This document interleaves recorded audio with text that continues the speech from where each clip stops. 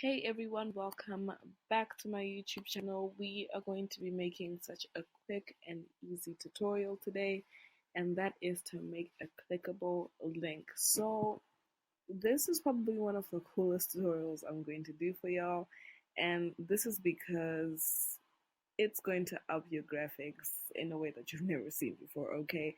Because we know that we are an impatient generation and we want things quick and right now, and to go to the link in the bio is just asking too much. So we are going to learn how to make a clickable link on Canva, and this is going to take a few seconds, so let's get into it.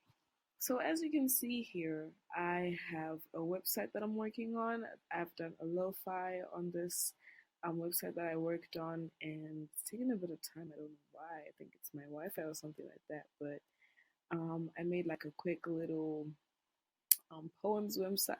I'm sorry about that, but forgive my English. Yeah, I am rambling.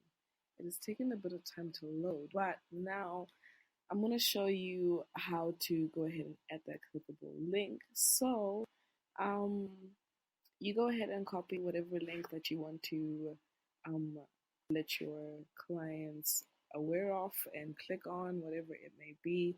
Go ahead and copy that link. I already copied mine. And then you're going to click on where you want that link to be. So I want it to be somewhere here. And right over here, you go ahead and see that. You apply the link, and just like that, done. You can see there's that little underline there that wasn't there before, and that just goes to show that it worked. So I'm gonna show you how it works basically.